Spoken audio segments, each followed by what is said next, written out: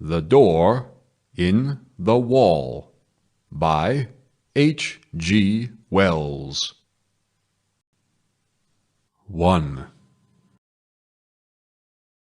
One confidential evening, not 3 months ago, Lionel Wallace told me this story of the door in the wall, and at the time I thought that so far as he was concerned, it was a true story. He told it me with such a direct simplicity of conviction that I could not do otherwise than believe in him. But in the morning, in my own flat, I woke to a different atmosphere, and as I lay in bed and recalled the things he had told me, stripped of the glamour of his earnest, slow voice, denuded of the focused, shaded table light, the shadowy atmosphere that wrapped about him, and the pleasant, bright things, the dessert and glasses and napery of the dinner we had shared, making them for the time a bright little world quite cut off from everyday realities, I saw it all as frankly incredible. He was mystifying, I said, and then, how well he did it! It isn't quite the thing I should have expected him, of all people, to do well. Afterwards, as I sat up in bed and sipped my morning tea, I found myself trying to account for the flavor of reality that perplexed me in his impossible reminiscences, by supposing they did in some way suggest, present, convey, I hardly know which word to use, experiences it was otherwise impossible to tell. Well, I don't resort to that explanation now. I have got over my intervening doubts. I believe now, as I believed at the moment of telling, that Wallace did to the very best of his ability strip the truth of his secret for me. But whether he himself saw, or only thought he saw, whether he himself was the possessor of an inestimable privilege, or the victim of a fantastic dream, I cannot pretend to guess. Even the facts of his death, which ended my doubts forever, throw no light on that. That much the reader must judge for himself.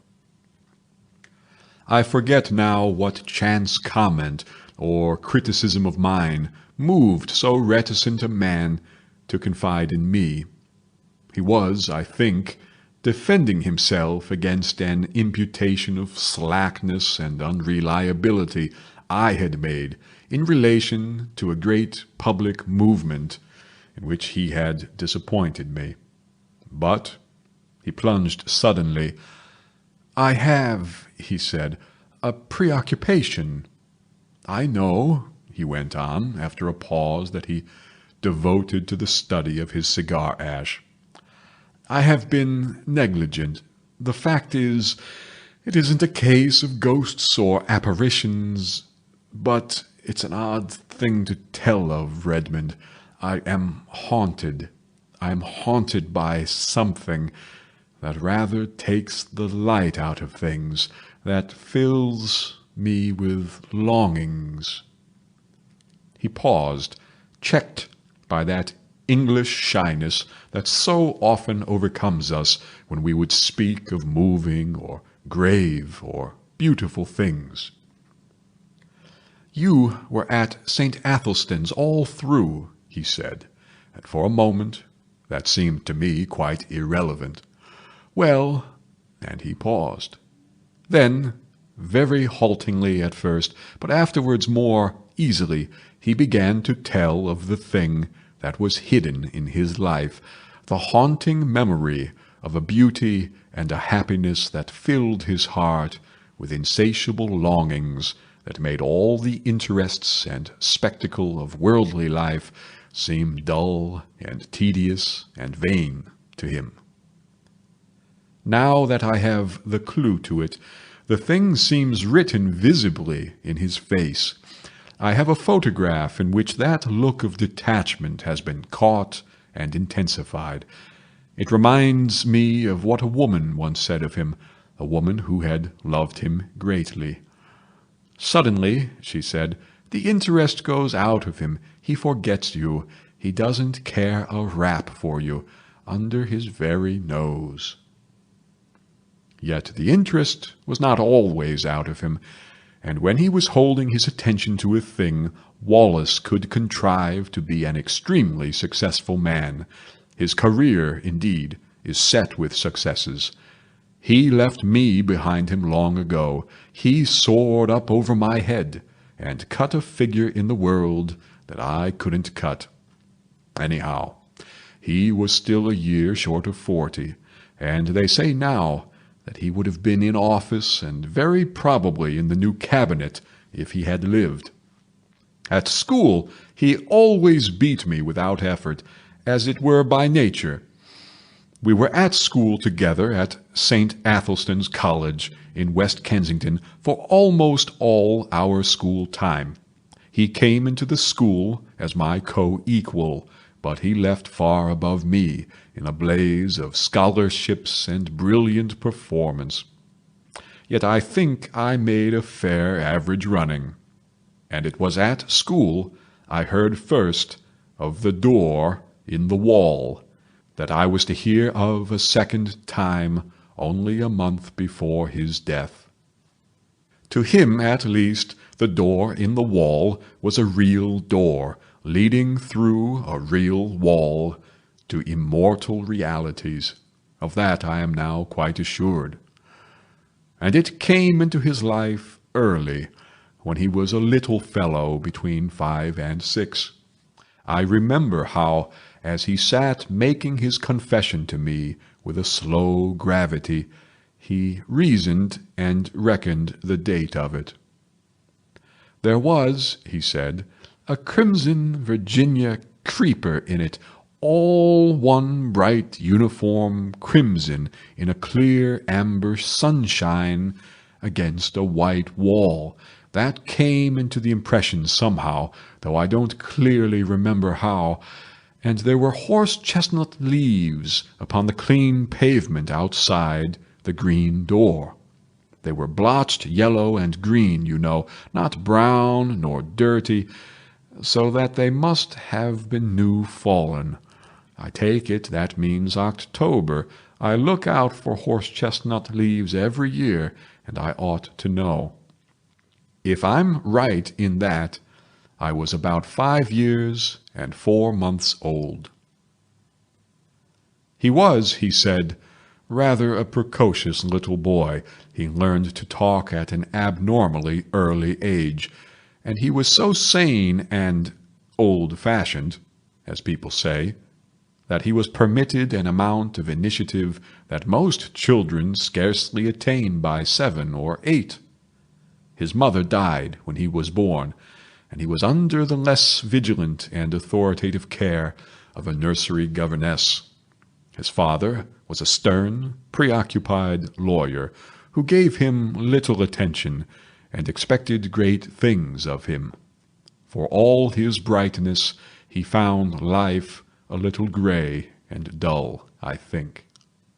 And one day he wandered.